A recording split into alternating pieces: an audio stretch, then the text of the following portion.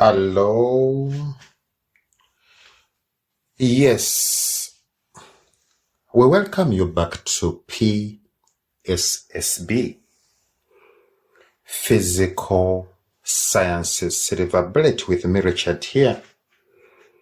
Yes, today we are looking at this question. It says that the molecular shape of covalent molecules determines several properties of covalent compounds, such as reactions, interactions, boiling points, melting points, and others. The shape or geometry of a molecule is predicted by this VSEPR theory. Okay? Then the question comes, says, write VSEPR theory in full. Okay, what does this stand for? Okay, it stands for valence shell electron pair repulsion theory.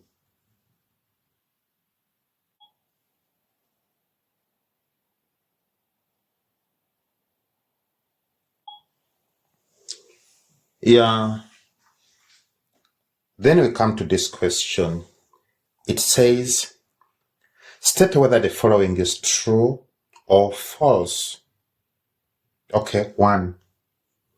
According to valence shell electron pair repulsion theory, electron pairs in a molecule will arrange themselves around the central atoms of the molecule so that repulsion between their negative charge is as small as possible. Yes. Is it true or false? Okay, the answer is true. Yes.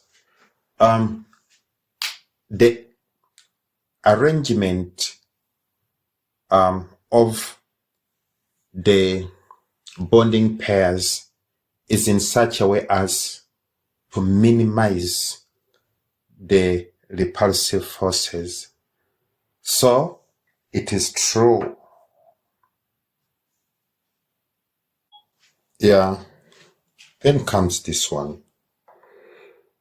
It says that the order of forces of repulsion is, okay, lone pair greater than lone pair bonding pair, which is greater than bonding pair.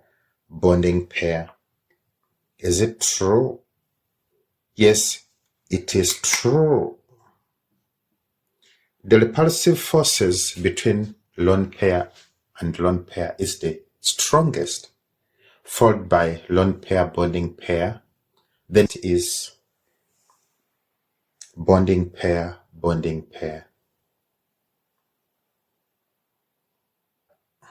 Then we come to this question. It says, the geometry or shape of the molecule depends on the number of lone pairs or bonding pairs. Is it true or false? It is true.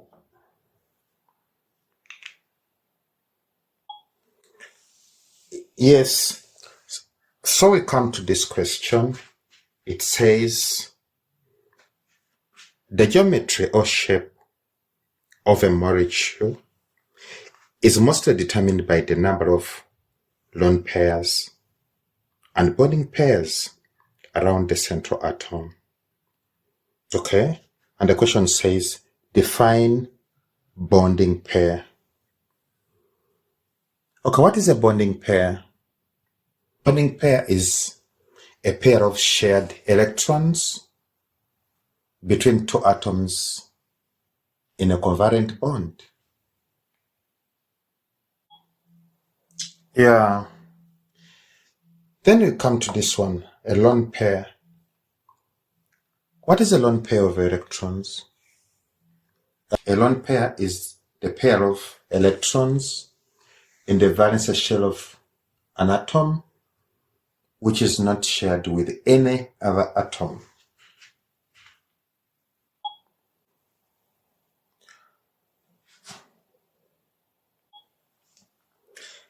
Yeah, then comes this question. It says that for each of the molecule below, write the number of 1 bonding pair of electrons and 2 lone pair of electrons. Okay, how do you go about that? Okay, let us start with NH3, which is ammonia. Okay, when you look at ammonia, you realize that the central atom is nitrogen. So nitrogen is our central atom. So what do? You look at the group to which nitrogen belongs to. It's group 5. So what do you get from that information? It means that nitrogen has 5 valence electrons. So what do? We represent them. You say 1, 2, 3, 4. Then you start pairing 5. Yes. So from what we see here, we have already identified 1 lone pair. And this is it. Any paired electron here is what we call lone pair. So the 3 which are unpaired, they form what we call bonding pair. What happens actually, if you look at our hydrogen, you are going to realize that hydrogen has 1 electron. And what happens is that it uses that 1 electron to bond with nitrogen. So let us represent that 1 electron as X. So it comes here, and that is it. The same applies here. And the same applies here. Okay? So when you come to answering, what are we going to say? We are going to first say, what do we start with? 1. We start with a bonding pair. They are going to be 1, 2, 3. So, which means that nitrogen has 3 bonding pairs. Okay? Then 2 lone pairs. How many? We have 1. So, ammonia has how many? 1 lone pair.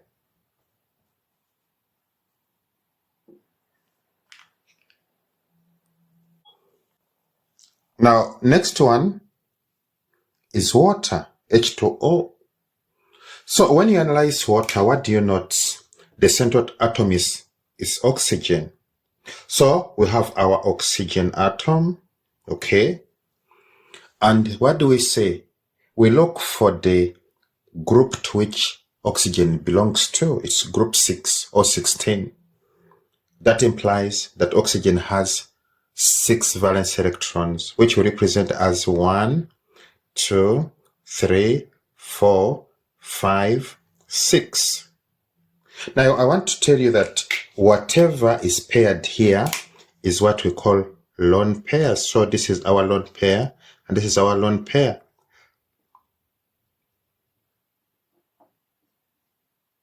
Okay. So what happens to the unpaired electrons? You have to know that it is hydrogen which is going to bond. And what do we know about hydrogen? It has 1 electron. So it has 1 valence electron. So what happens? It brings that 1 valence electron here, and it bonds. Another one also comes here, and it bonds. Okay. Then we come to answering the questions. What do we say? You look at number 1. It says bonding pair of electrons. How many are they? They are 1 and 2.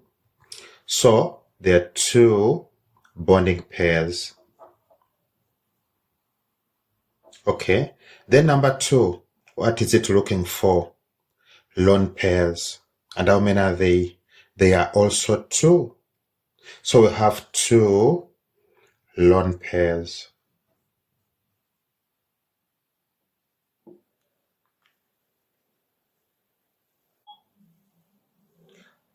Then lastly, we come to carbon dioxide. So when you look at carbon dioxide, you realize that it is carbon, which is our central atom. So the question is, carbon belongs to which group? It belongs to group 4. That implies that carbon has how many valence electrons? 4. So how do you represent them? It's going to be 1, 2, 3, 4. And we realize that we don't have any pair. So there's no pairing around. All these ones are unpaired. So which means that we don't have a lone pair here. Now we come to the way carbon bond in carbon dioxide. We need to know that it's going to bond with oxygen. Okay. And when you analyze oxygen, oxygen is group 6, implying that it has 6 valence electrons, which represent as 1, 2, 3, 4, 5, 6. So oxygen has 2 unpaired electrons. So it is the unpaired electrons which bond. So we are going to have a scenario where we are having our oxygen as our central atom. Okay. And these 2 electrons, which are unpaired, come here. And these ones come here. Those are the 4. That orientation causes the oxygen to come with its unpaired so that it can pair up. And we'll have a molecule this side like that, plus our unpaired on oxygen. Okay. Then we come to this one. What is it? This side. Then we come to this side. Oxygen comes. Okay. And it brings its 2 unpaired electrons here. And we need to know that it also has 2 lone pairs. Okay. So this is what we are having. Then the question comes saying, how many bonding pairs of electrons? We have 1, 2, 3, 4. So there are 4 bonding pairs.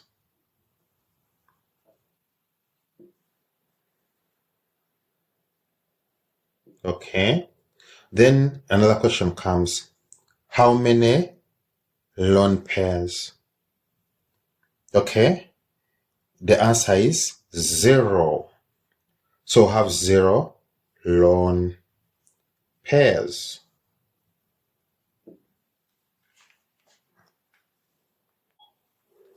Yeah. So that is that. So those are the number of lone pairs and bonding pairs on the central atom of each molecule. And with that, I would like to say thank you for your time. The channel is PSSB, Physical Sciences Silver Bullet, with me, Richard, here. We urge you to subscribe, to comment, to like, to share. And we need to remind you that Physical Sciences Silver Bullet is a science channel specializing in physical sciences grade 12, 11, and 10, and natural sciences grade 8 and 9. we advise you to make use of our playlist.